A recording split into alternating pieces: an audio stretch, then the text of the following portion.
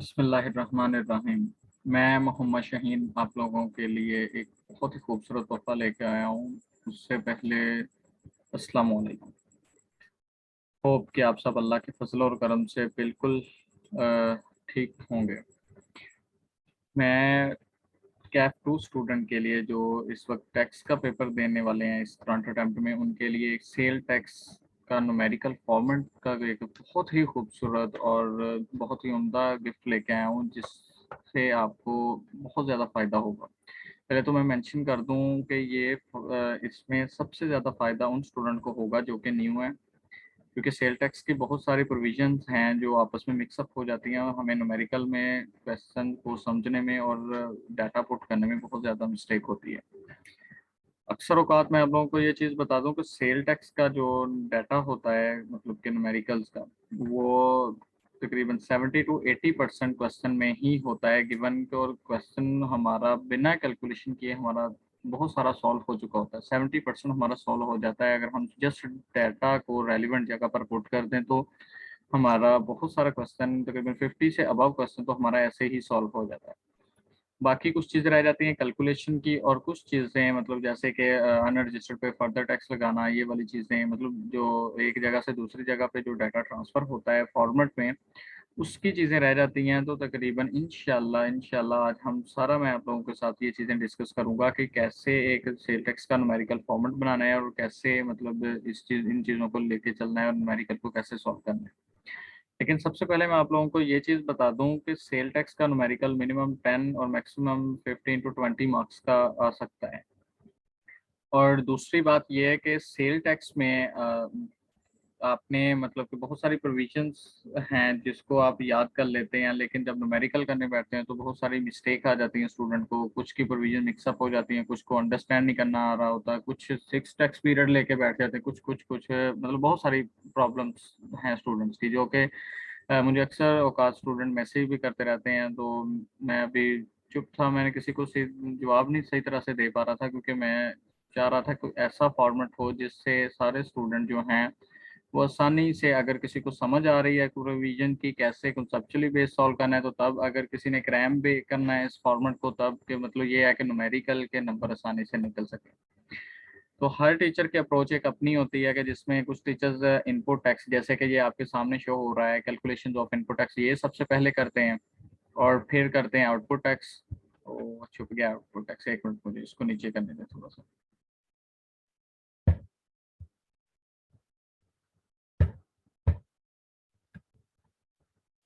ये लें,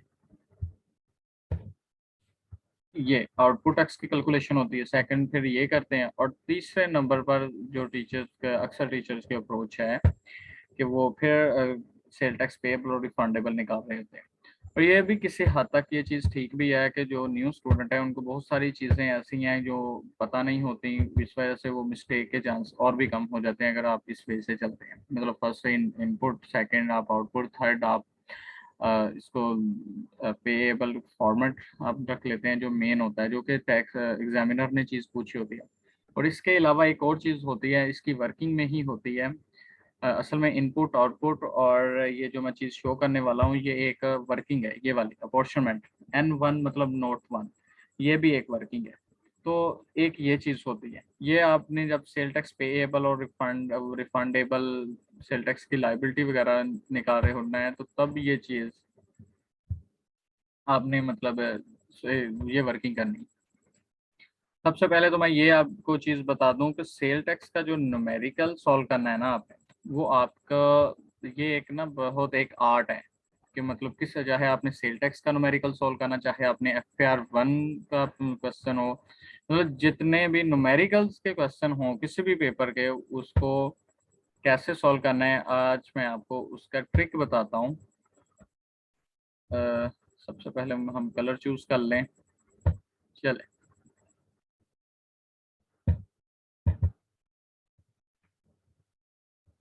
ये हो गया हमारा एक पेज, लेफ्ट पेज।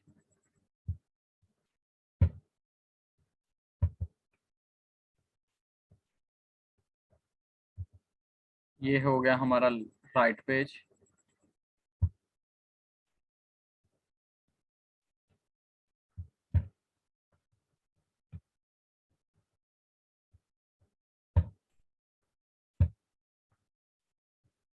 अब क्योंकि ये जो चीज़ मैं आपको अप्रोच बता रहा हूँ ना, ये एग्ज़ाम के पॉइंट ऑफ व्यू से बता रहा हूँ, क्योंकि बाज़ दफ़ा हमारे साथ ऐसा होता है कि हम एग्ज़ाम में चले जाते हैं, न्यूमेरिकल्स को सॉल्व करने लगते हैं, तो बहुत सारी मिस्टेक, हमें न्यूमेरिकल आता होता है, टाइम कंज्यूमिंग, टाइम वेस्टिंग चीज़ें काम कर आते हैं। तो इसलिए मैंने सोचा कि आज पूरी अप्रोच ही आपके साथ शेयर कर दूं टेक्स्ट की। बाकी चीज़ें तो पहले डिस्कस हो चुकी थी। लो जी, ये हमने एक और पेज बना लिया, तो इसको हम कहेंगे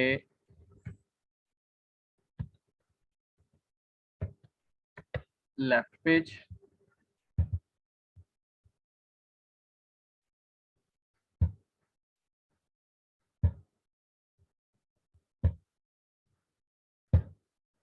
ये हो गया हमारा राइट पेज।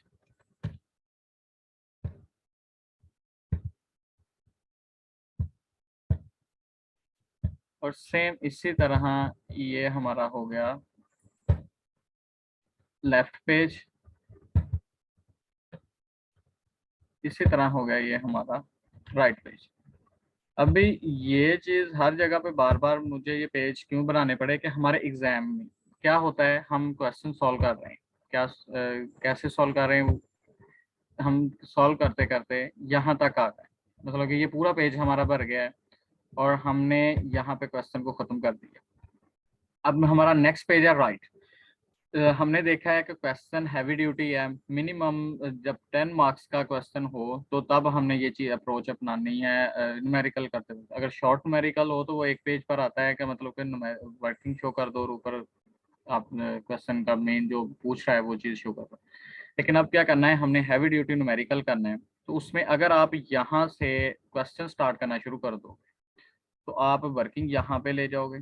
तो भाई यहाँ पे अगर आप वर्किंग लेके जाओगे, ये राइट पेज है, जब आप पेज को उलट पुलट करेंगे तो आपका मतलब चीज़ों को पास करते हुए ना, मतलब कि हो सकता है आप वो क्या कहते हैं कि कोई वैल्यू लिखी है वो यहाँ पे पास होनी है वो मुश्किल हो जाए, कोई कुछ भी मतलब कोई भी इश्यूज हो सकते हैं। तो आपने सबसे पहले तो जो बहुत सारे और पेपर्स हैं उनमें ये जो अप्रोच अपनानी है उसमें मतलब न्यूमेरिकल्स के जितने भी आपके पेपर हों उसका न्यूमेरिकल कोई आपको सॉल्व करना आ जाए तो आपने सबसे पहले यही करना है, आपने लेफ्ट और राइट पेज वाला ओपन कर लेना है। कैसे?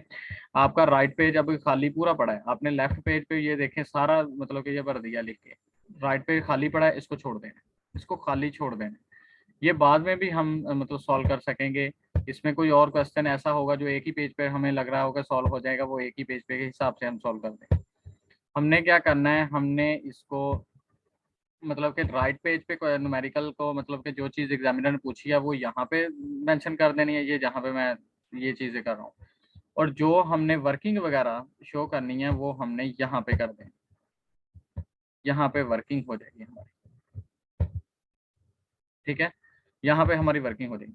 लेकिन सेल टैक्स का अगर न्यूमेरिकल आ जाए और बहुत हैवी ड्यूटी होता है, तो उससे पहले मैं फिर एक चीज बता दूं कि भाई जितने भी न्यूमेरिकल्स हैं उसको आपने लेफ्ट पेज से पे स्टार्ट करना है और राइट पेज पे आपकी वर्किंग हो। लेफ्ट पेज पे आपका वो चीज हो जो एग्जामिनर पूछ रहा है और राइट पेज पे ऑनवर्ड पेजेस पर वो चीजें हो जो आपकी वर्किंग हो। वहां से आपको देख के चीजें लिखने में बहुत आसानी होगी। लेकिन सेल टैक्स का जो न्यूमेरिकल होता है ना उसमें मतलब कि बाज दफा ऐसा हो जाता है कि बहुत ज्यादा मतलब उसमें तीन हिस्से हो जाते हैं। कैसे? पहले पे एक पे टैक्स पेएबल, एक पे आ जाता है इनपुट टैक्स, एक पे आ जाता है आउटपुट टैक्स, और एक पे आ जाता है अपॉर्शनमेंट। और अगर वाकया ही हैवी ड्यूटी क्वेश्चन है, मतलब 15 से 20 मार्क्स का क्वेश्चन है जिसमें बहुत सारी एडजस्टमेंट है, तो कोशिश कर लें आप राइट पेज पर ना, ये जो पेज अभी छोड़ना नहीं, ये आपने बिल्कुल नहीं छोड़ना। आपने क्या करना है, इसी पेज पर ना, ये वाला राइट पेज है जो, इसी पेज पर आपने सेल टैक्स का न्यूमेरिकल सॉल्व करना शुरू कर देना। अब वो कैसे? मतलब यहाँ पे आपने उसकी मेन जो एग्जामिनर ने पूछा है वो चीज लिख देनी है। यहाँ पे आप इनपुट या आउटपुट टैक्स की वर्किंग कर लेंगे। यहाँ पे आपने मतलब आउटपुट या इनपुट की वर्किंग हो जाएगी। अगर थोड़ा सा पेज इसके नीचे बच जाए तो वहां पे आप अपॉर्शनमेंट कर लें। ठीक है, तो मैं आपको अब सेल टैक्स के कैसे न्यूमेरिकल वो पूछता है वो सारी चीजें पहले मैं शो करता हूँ। भी ये है हमारा एग्जाम का क्वेश्चन। एग्जाम में कब आया था? भी ऑटम 2021 का ये पेपर है मेरे पास। मैंने जस्ट कॉन्सेप्ट देना है, तो उसके बिना पर आपको चीज़ें समझा रहा हूँ और इसमें कोई चीज़ बताने वाली नहीं। अब देखें कि बहुत सारे टीचर्स का मतलब एक अपना वे होता है कि कुछ वर्किंग पहले शो कर देते हैं, बाद में जो एग्जामिनर ने चीज़ पूछी होती है वो बाद में शो करते हैं। भी मेरे हिसाब से ना, अगर आप बेस्ट जो एक मेथड है और फॉर्मेट अगर खूबसूरत बनाना है, तो जो एग्जामिनर ने चीज़ पहले आपसे पूछी है आप पहले वो मेंशन करते हैं। हो सकता है कि एग्जामिनर ये करे कि वो आपकी वर्किंग इतनी खूबसूरत मतलब लिखी हो, वो एक अलग चीज़ है, लेकिन एक वर्किंग टेक्स्ट में काम आती है। आपका जो फॉर्मेट है, जो मेन चीज़ उसने पूछी है, जैसे कि यहाँ उसने पूछा है कि सेल टैक्स पेएबल बता दो, रिफंडेबल बता दो और साथ इनपुट टैक्स कैरी फॉरवर्ड जो अगले सालों में हुआ है, sorry sorry sorry sorry screen of हो गई, कि अगले सालों में जो कैरी फॉरवर्ड हुआ है वो बता दो। वो यहाँ पे ये चीज़ कह रहा है। तो अगर ये चीज है तो आप काइंडली, आप सबसे रिक्वेस्ट है कि आप ये वाली चीज फ्रंट पेज पे जो मतलब कि जहाँ से क्वेश्चन स्टार्ट कर रहे हैं वहां पे ये तीनों चीजों की हेडिंग देके तो वहां से आगे उसको सॉल्व करना शुरू करना है। बेशक आप वहां पे कुछ लिख नहीं सकते, लेकिन काइंडली आप उसको हेडिंग देके वो पेज खाली छोड़ दें, पूरा पेज। उसका बेनिफिट ये होगा कि अगर आपका क्वेश्चन मतलब अच्छे से पूरा सॉल्व कर लिया और उसका मतलब जो आंसर भी ठीक है, एग्जामिनर आपको वहां से मार्क्स दे देगा और एग्जामिनर सरसरी से नजर गुजारेगा आपकी वर्किंग पर। उसको पता चल जाएगा इस बंदे ने कि अपना जो मेन जो हमने चीज पूछी है वो एग्जैक्टली सही निकाली है और वर्किंग भी की हुई है, वो सरसरी से नजर गुजार के गुजर जाएगा। लेकिन अगर आप ये चीजें आगे जाके लिखेंगे, बेशक आपकी ये सारी चीज ठीक है, फिर एग्जामिनर आपकी एक एक वर्किंग वर्किंग चेक करके फिर जाके आपके न्यूमेरिकल की तरफ जाएगा, जो आप उसने वो जो चीज पूछी है फिर वो चीज देखेगा। तो भी इसलिए अप्रोच वो अपनाओ जो शॉर्ट हो। तो बहुत सारी अप्रोचेस ऐसी हैं जो कि मतलब कि टीचर शॉर्ट नहीं रहने देते, बंदा फिर क्या करे। मैं टीचर्स को बुरा नहीं कहता, क्योंकि टीचर्स का एक अपना माइंडसेट है। तो यहाँ पे फिर ये चीज़ आपको पता चल गई। अब मैं अपने वे आउट से आपको समझाऊंगा फॉर्मेट। हम सेल टैक्स के फॉर्मेट पे चले जाते हैं तो आपको ये चीज़ भी समझ आ गई कि कहाँ से कौन सा चीज़ स्टार्ट करनी है। हमेशा आपने, अगर न्यूमेरिकल हैवी ड्यूटी है, आपने लेफ्ट पेज का कुछ हिस्सा अगर लिखा गया है, राइट पेज पूरा छोड़ के न्यू पेज, लेफ्ट और राइट बिल्कुल ब्लैंक होने चाहिए, वो पेज निकाल लेने। लेफ्ट पर आपने जो एग्जामिनर पूछ रहा है वो हेडिंग देके पूरा पेज छोड़ देना है। वर्किंग आपने राइट से शुरू करके तो चीज़ों को साथ साथ ही पुट करते जाना है। जैसे जैसे वर्किंग का आंसर आता जाए रेलिवेंट जगह पर पुट करते जाएं, ताकि आपका अगर क्वेश्चन रह भी जाए तो आपने बहुत सारी चीजें पास कर दी हों, जो चीजें आपका मतलब पूछी हुई हों। क्योंकि बाज़ दफा ऐसा होता है एग्जामिनर ने आपसे वर्किंग नहीं पूछी होती, एग्जामिनर ने आपसे जो मेन चीज है वही पूछी होती है। आप क्या करते हैं, आप पहले वर्किंग शो करते रहते हैं, एग्जामिनर को वर्किंग से तल्लक ही नहीं होता। एग्जामिनर का तो होता है क्वेश्चन से, जो चीज वो पूछ रहा है उससे ताल्लुक होता है। तो बाज़ दफा ये होता है ऐसा। लेकिन मोस्टली जब हैवी ड्यूटी क्वेश्चन हो तो उसमें वर्किंग वगैरह भी एग्जामिनर चेक करता है। तो इसलिए मैं कहता हूँ कि पहले वो चीज़ मेंशन करो एग्जामिनर को जो एग्जामिनर पूछ रहा है। अब एग्जामिनर ने उसमें क्या पूछा था कि भाई अपना रिफंड क्लेम, अपनी लाइबिलिटी वगैरह ये चीज़ें बता दो, एग्जामिनर यही बोल रहा है आपसे। अब आ गए हम यहाँ पर फॉर्मेट की तरफ। हमने फॉर्मेट में सबसे पहले तो ये फॉर्मेट में ये चीज़ समझ लें, यहाँ पे नेम लिखना है। जो भी आपका मतलब क्वेश्चन स्टार्ट का कंपनी का जो भी नेम होगा, ABC जो भी है वो नेम लिख देना है। कहाँ पे, यहाँ पे नेम लिख देना है।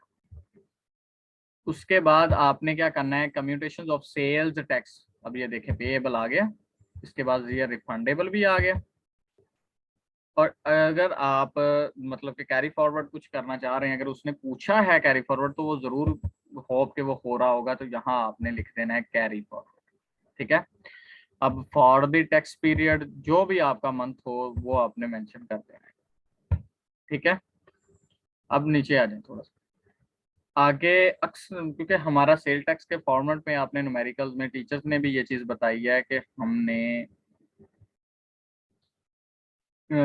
एक अप्रोच लेके चलनी है, आउटपुट से इनपुट को माइनस करते जाना है। तो इसलिए आपका ये चीज़ तो आप जब जब भी ये चीज़ आपको पता है तो फिर साथ ही आप ये काम कर दिया करें। आप फिर वेट ना किया करें इस चीज़ का कभी के, मतलब कि अगर वर्किंग करके आएंगे तो फिर यार जितना फॉर्मेट आपको आता है ना कम से कम उतना ज़रूर बना दें। उसमें सबसे पहले आउटपुट आ जाएगा। आउटपुट, आउटपुट के बाद कुछ 3-4 लाइनें छोड़ दें, 2 से 3 लाइनें छोड़ दें या 4 छोड़ दें। 4 छोड़ने के बाद लेस इनपुट इनपुट में अब क्या करना है कि आपने कैरी फॉरवर्ड को मेंशन कर देना है, जो प्रीवियस टैक्स पीरियड से कैरी फॉरवर्ड हुआ वो, उसके साथ आपने ये अपॉर्शनमेंट वाला मतलब input tax for the month जो इस मंथ में हमने मतलब रिफंड करवा मतलब को वो लेस करना है वो, और उसके बाद 2 लाइनें छोड़ के आपने 90% ऑफ द आउटपुट टैक्स, ये आपने रूल्स पढ़ा है, ये यहाँ पे मेंशन कर देना है। जब आप ये चीज मेंशन कर देंगे भी, ये आपका एक नॉर्मल फॉर्मेट जो एक न्यूमेरिकल का होता है वो शो हो जाएगा। उसके बाद आपने अपना न्यूमेरिकल पढ़ा होगा, आपने पूरा क्वेश्चन पढ़ा भी होगा, उसमें आपको पता चल जाएगा अगर वो फिक्स्ड एसेट की बात करता है तो यहाँ पे आप साथ साथ ही लेस फिक्स्ड एसेट भी करते ही चले जाएं, क्योंकि भाई हमने टाइम फॉर्मेट अगर जितना रेडी हो जाए तो उतना बेहतर है। 2-3 लाइनें छोड़ देनी है फिक्स्ड एसेट को लिखते वक्त, 2 से 3 लाइनें छोड़ देनी है, फिर आपने 4 से 5 लाइनें छोड़ देनी है, वो आपको हेल्पफुल रहेंगी आपकी टैक्स लाइबिलिटी निकालते वक्त। उसके आगे आपने अगर आपको पता है अनरजिस्टर्ड को भी अगर सेल हुई है तो फिर आपने यहाँ पे फर्दर टैक्स की भी हेडिंग दे देनी है, साथ ही दे देनी है, आपको पता चल जाएगा कि भाई मतलब कि अनरजिस्टर्ड को सेल हुई है तो वो आपने फर्दर टैक्स की भी साथ ही हेडिंग दे देनी है। इस तरह ना आप एक जब फॉर्मेट को पहले तैयार कर लेंगे तो यकीन करें आपको बहुत सारी चीज़ें आपको क्लियर हो जाएंगी कि भाई मैंने ये काम भी करना है, ये भी करना है, ये भी करना है, ये भी करना है, तो और आप मतलब कि टाइम कम में ना बहुत सारी चीज़ों को आप पहले ही सॉल्व करके बैठ चुके होंगे। आगे फर्दर टैक्स से आगे आपने कुछ नहीं करना, इसके बाद कुछ भी हो सकता है, अभी सेल टैक्स पेएबल ही निकलेगा, लेकिन यहाँ तक सेल टैक्स पेएबल तक ना ये हमारा है जी नॉर्मल फॉर्मेट। इसके बाद ये जो कैरी फॉरवर्ड है, ये जो इनपुट टैक्स का सॉरी फिक्स्ड पे कैरी फॉरवर्ड है, रिफंडेबल है, ये काम बाद के हैं।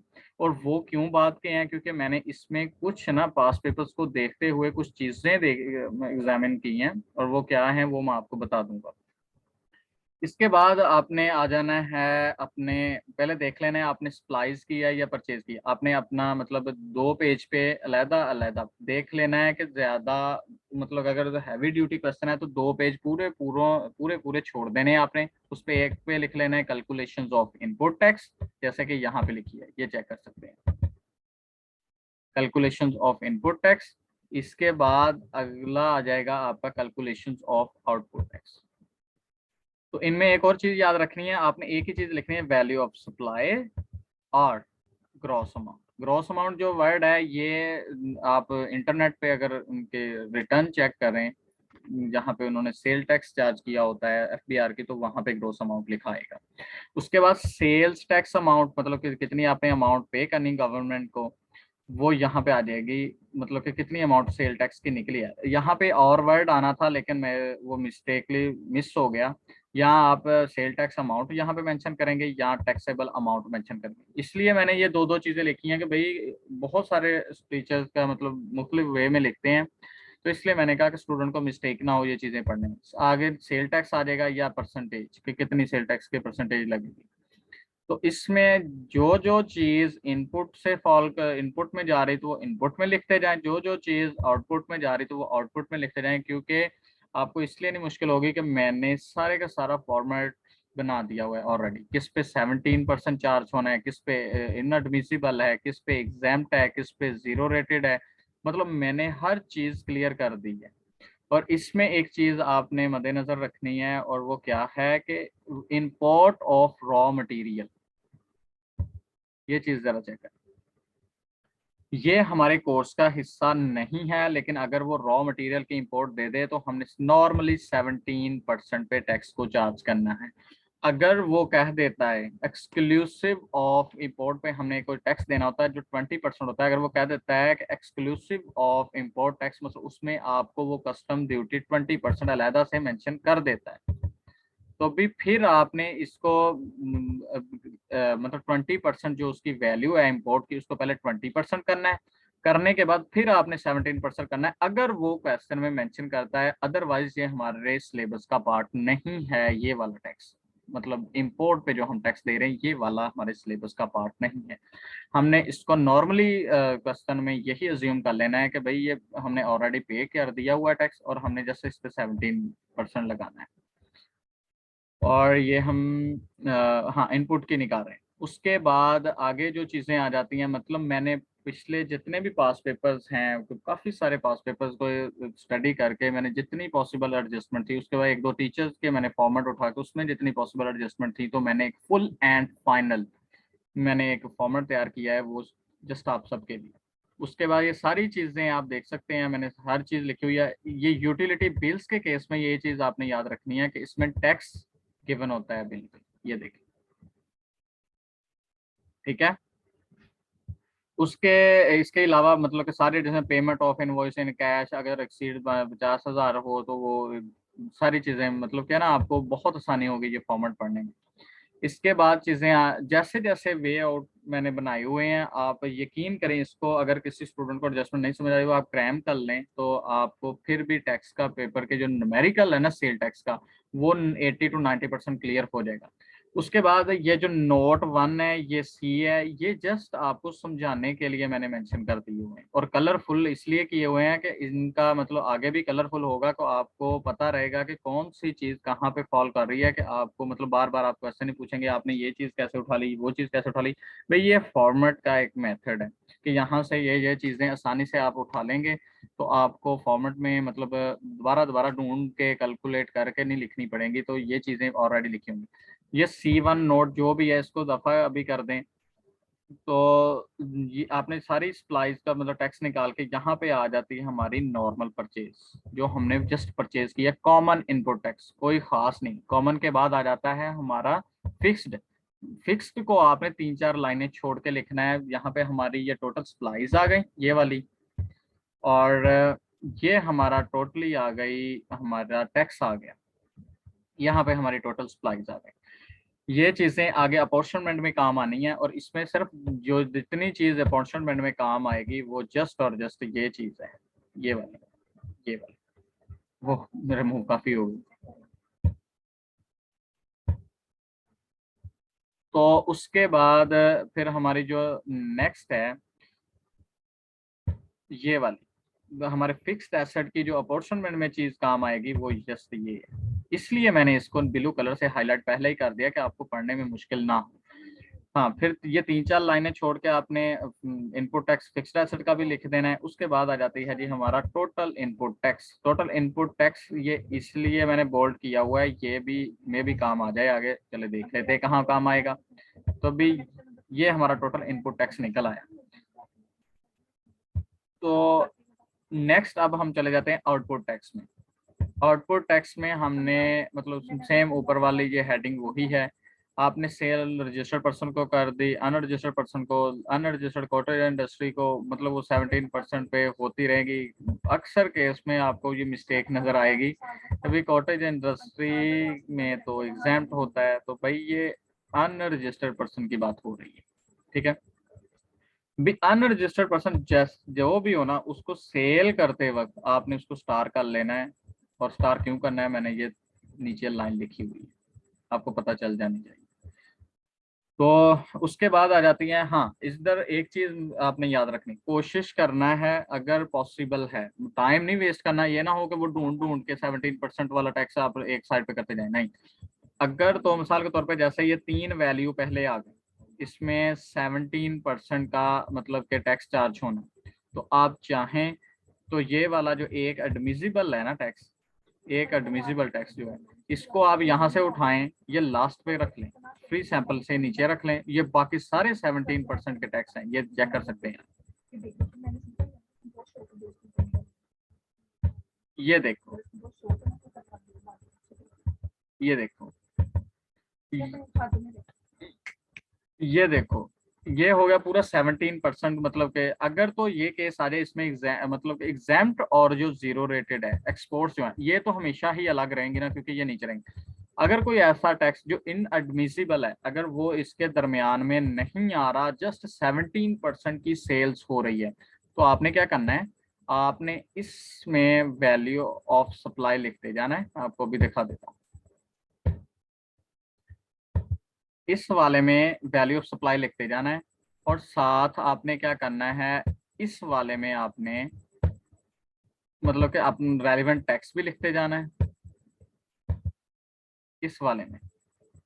इस वाले में आपने रेलिवेंट टैक्स भी लिखते रहना। हाँ, इसको ये ध्यान रखना इसके अंदर इनएडमिसिबल या कोई भी एग्जाम्प्ट या जीरो रेटेड ना हो। फिर उसके बाद क्यों आपने जब ये चीज आ जाती है, ये मैं जस्ट एक ट्रिक बता रहा हूँ आपको, ये अलहदा अलहदा ना फाइंड करने की जरूरत नहीं थी।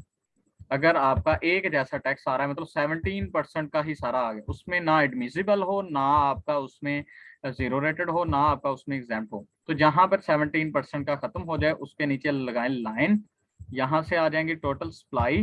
तो यहाँ आप 17% उस टोटल सप्लाई पर लगाएं तो आपका टोटली टैक्स जितना भी है, टोटल टैक्सेबल सप्लाईज का टैक्स आ जाएगा।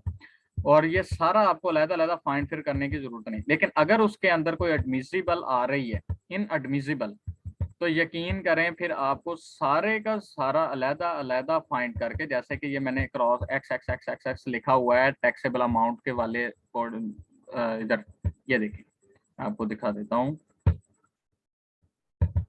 इसके अंदर, ये देखिए इसके अंदर जो भी एक्स एक्स एक्स लिखा हुआ है, अगर इसमें एडमिसिबल सप्लाईज आ रही है, कोई ऐसी सप्लाई जो इन एडमिसिबल हो जाएगी, तो फिर आपने ये अलहदा अलहदा फाइंड करना है, बिल्कुल ऐसे जैसे कि ये फाइंड किया गया है।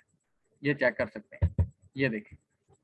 फिर आपने इसको प्लस कर लेना है, आपकी टोटल टैक्सेबल सप्लाईज का टैक्स आ जाएगा और फिर साथ ही आपकी टोटल सप्लाईज भी शो हो जाएंगी। लेकिन अगर इसके अंदर इन एडमिसिबल नहीं कहीं भी आ रहा, जस्ट सारी वैल्यू पे ही टैक्स 17% चार्ज हो रहा है, जैसे कि मैं एक दो न्यूमेरिकल कर रहा था तो उसमें मैंने ये चीजें देखी थी, तो वहां आपको मतलब ये अलहदा अलहदा टैक्स लाइबिलिटी निकालने की जरूरत नहीं है। आप सारी सप्लाईज को प्लस करें, 17% रेट लगाएं और डायरेक्ट आपने वैल्यू पर पहुंच जाए, और ये आपका टाइम बच जाएगा। कौन सा टाइम बच जाएगा? एक मिनट, ये वाला टाइम बच जाएगा, ये टैक्स लाइबिलिटी वाला। सिर्फ माइंड में रखना है इसमें एडमिसिबल इन एडमिसिबल ना, जब ये वाला केस हो जाए उसके बाद आपने ये चीज याद रखनी है कि उसके नीचे जैसे ही ये टैक्स आ जाए, जो इन एडमिसिबल का रेट है फिर वो यहाँ पे आना चाहिए। अगर इन एडमिसिबल कोई भी है तो यहाँ पे लास्ट में मेंशन कर दें उसको, सप्लाईज को ऐड करके इन एडमिसिबल को भी। तो आपने यहाँ लिख देनी है भाई कि ये हमारी टोटल सप्लाईज है, क्योंकि ये आगे काम आनी है। ये ना हो कि आप इन एडमिसिबल का मैंने टैक्स अलहदा से कहा है कि आप ऐड करें, क्योंकि आपने 17% लगा देना, बाकी मतलब जो टैक्सेबल्स हैं, जो 17% पे टैक्सेबल हैं वो आपने 17% पे टैक्सेबल हो जाएंगी। लेकिन आप इन एडमिसिबल की सप्लाईज को ही गायब कर दें, नहीं भाई नहीं, बिल्कुल नहीं, मेंशन भी करनी है। और इसकी टोटल सप्लाईज जो है ये अपॉर्चनमेंट में भी काम आनी है, मतलब टोटल जितनी सप्लाईज हैं, चाहे वो इन एडमिसिबल है या नहीं है, वो सारी की सारी सप्लाईज हमारे काम आनी है। वो मैं बताता हूँ कैसे। अब आ गई हमारी एग्जाम्प्ट सप्लाईज। अब ये तो नहीं पता कि हमने किस किस को एग्जाम सप्लाईज की हुई है, अब इसका अपॉर्चनमेंट करना पड़ेगा, क्योंकि हमने टोटल सप्लाईज की हुई हैं और बाद में ये एग्जाम सप्लाईज भी शो हो रही हैं। उसके बाद ये चीज़ हमें साथ जीरो रेटेड भी शो कर रहा है, तो हमें इसको अलहदा अलहदा करने के लिए कि किसको हमने कितनी और क्या क्या चीज़ें कर दी हैं, कितनी हमने ये कर दी, कितनी हमने वो कर दी, उस सारी चीज़ों का हमने निकालने के लिए ना, ये नहीं, सारी चीज़ों को हमें निकालने के लिए हमें करना पड़ेगा अपॉर्चनमेंट, ये वाली चीज़ एंड नोट वन करना पड़ेगा।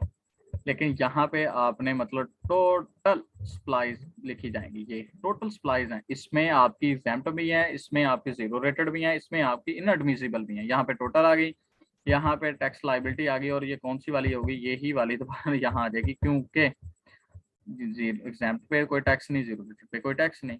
तो ये चीज यहाँ तक तो आपको समझ आ जाएगी, मतलब जिसको नहीं भी समझ आई वो भी क्रैम कर सकता है और कलरफुल चीजों को देख के वहां पे मैं देख सकता है। और एक बात और, मैं ये जो फॉर्मेट है ना, ये अपना मैं अपनी वेबसाइट पर अपलोड कर दूंगा, और वेबसाइट का मैं अभी लिंक भी दे देता हूँ कि ताकि आपको वेबसाइट पर ये फॉर्मेट आसानी से मिल भी जाए। तो अभी हम चलते हैं अपॉर्चनमेंट की तरफ। यहाँ पे आ जाएंगी हमारी टोटल सप्लाईज।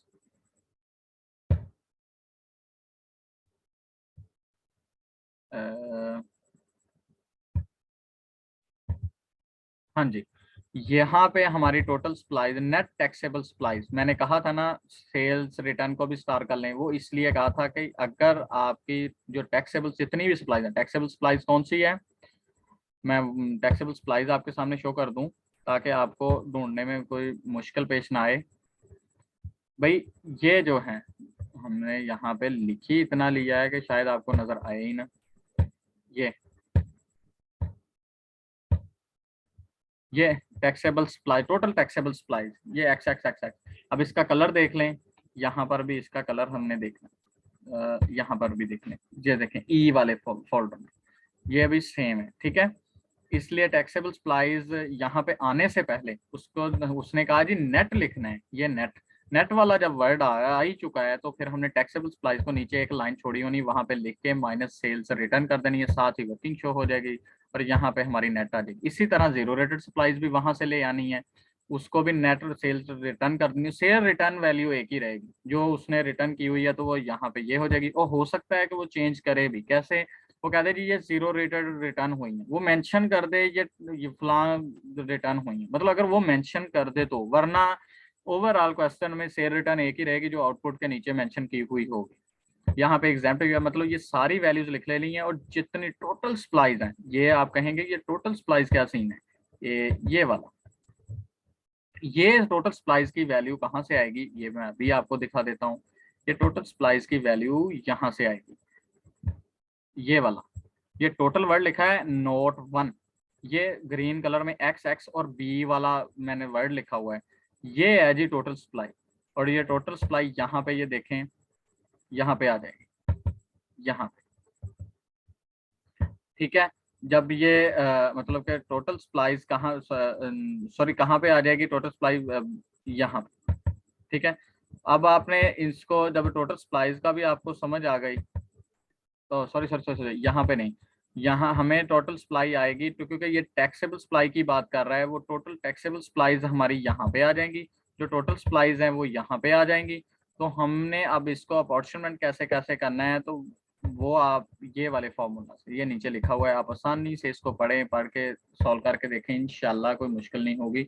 आप वेरीफाई करके देखें, एक मतलब आपका एक आवर्स लगेगा इसको वेरीफाई करने को, पूरा मतलब जितना भी फॉर्मेट है, तो उसके बाद आपको 100% समझ आ जाएगी। उसके बाद ये जो पहली जो नेट सप्लाईज हैं, ये B B B B D, ये हमने एडजस्ट करना है फ्रॉम आउटपुट टैक्स, ये वाला, ये आपको मैं मेंशन कर दूं,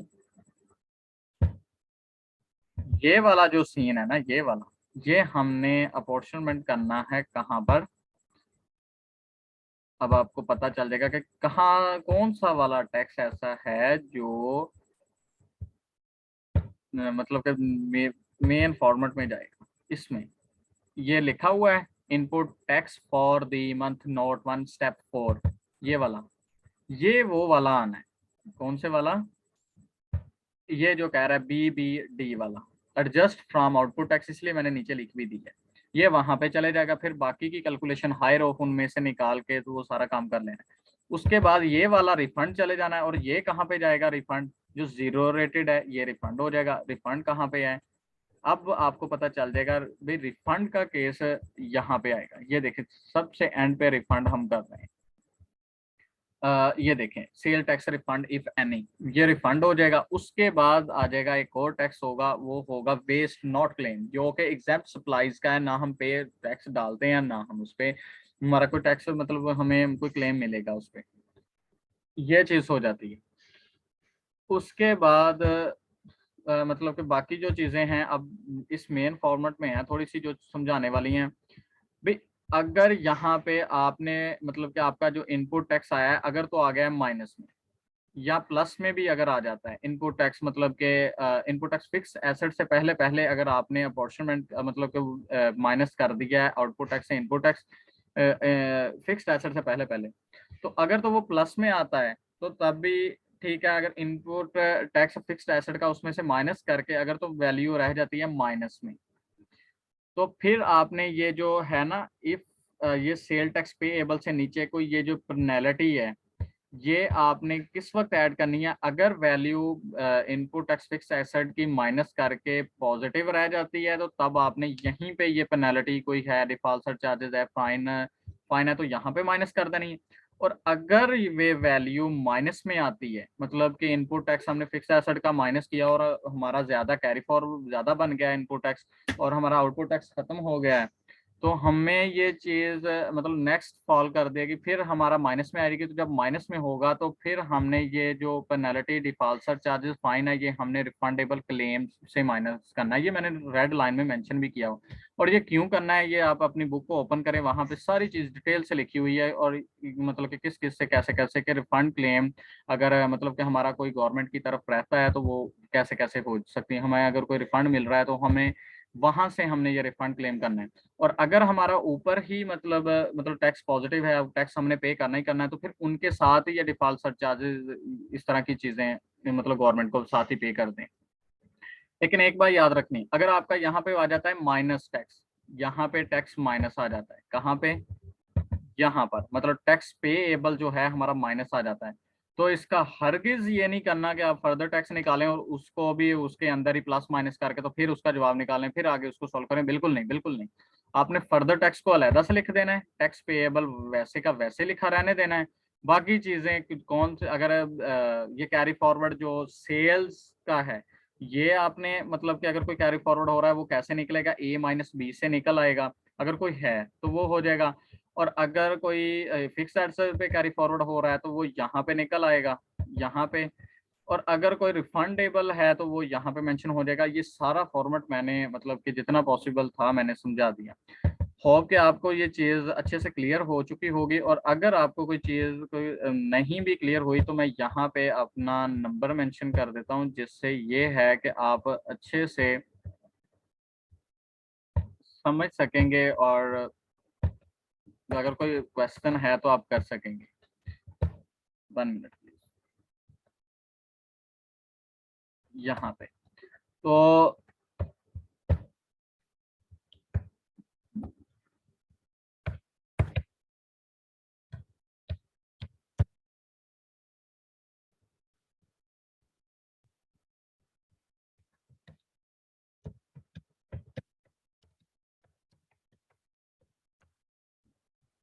लॉबी, ये मैंने अपना नाम और व्हाट्सएप नंबर साथ मेंशन कर दिया है, ये आप चेक कर सकते हैं। ये ले। और मैं अब अपनी वेबसाइट का बता दूं,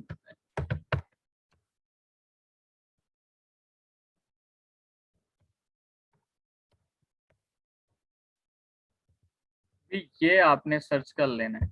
ओहो, ये बड़ा डल गया मुझसे। ठीक है, ये आपने वेबसाइट का सर्च कर लेना है और आपको ये मैंने बता दिया है उसका एड्रेस। आपने इसको आप गूगल पे सर्च करेंगे तो वहाँ पे आ जाएगी वेबसाइट। तो वहाँ पे ये जो मैं फॉर्मेट है ये मैं आपको बता दूं कि ये कैसे आपने सर्च करना है। ये ओपन पड़ा है हमारे पास।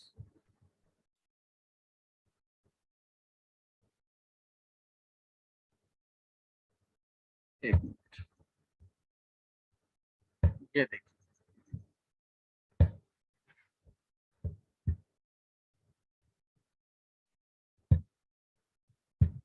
आपने क्या करना है, SHAHWN शाहीन .GURU गुरु, ये जब आप लिखेंगे ना तो ये तो आप साथ उसने बहुत लंबा सा कुछ मेंशन कर दिया है, क्योंकि ये मेरे ओपन रहती है ना। ले, हमने जब इसको क्लिक करना है ना तो बस वेट, मैं आपको पूरा मतलब शो कर दूं कि आपने कहाँ से ये फॉर्मेट आपको मिल जाएगा। नेट ज़रा स्लो चल रहा है तो ज़रा जल्दी हो जाएगा। हाँ जी, ये वेबसाइट ओपन हो गई। तो इस तरफ ना मैं आपको बता दूं, अगर हाँ जी, इस साइड पे ना मोबाइल पर, मोबाइल व्यू में इस साइड पर 3 डॉट आ रहे होंगे, कैसे, 1 2 3, इस तरह 3 डॉट आ रहे होंगे। तो जब ये इस तरह 3 डॉट मेंशन करे तो आपने उस पर क्लिक करना है, तो आपने फिर नीचे आ जाना है। और मैं ये जो फॉर्मेट है ना ये मैं अपडेट्स में डालूंगा। ये जो अपडेट शो कर रहा है ना, ये वाला, तो इसमें आपको ये फॉर्मेट मिलेगा। यहाँ पे आपको ये टेक्स्ट का फॉर्मेट मिल जाएगा। लेकिन मैं देखूंगा कि अगर इसकी कुछ चेंजिंग हो सके, अगर देखता हूँ 1 मिनट, अगर मैं अपडेट्स के अलावा भी कहीं डाल सकूँ तो।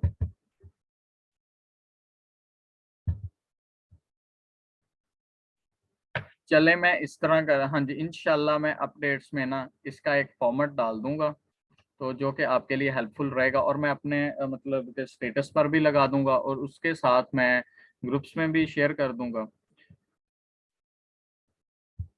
और अब बाकी मेहनत है भी आपकी, आपने कितने अच्छे से मेहनत करनी है, क्या आपने पढ़ा है, वो सारी चीज़ें अब मैटर करेंगी एग्जाम में। और अगर आपको नहीं भी किसी चीज़ की समझ आई, अगर कोई मेरी मिस्टेक भी मुझसे होगी अभी, तो मैं माजरत चाहूँगा, आप मुझे मेंशन ज़रूर करें कि भाई ये चीज़ ऐसे है तो आपको ऐसे करनी चाहिए थी, या आप अपनी सजेशन भी दे सकते हैं कुछ भी।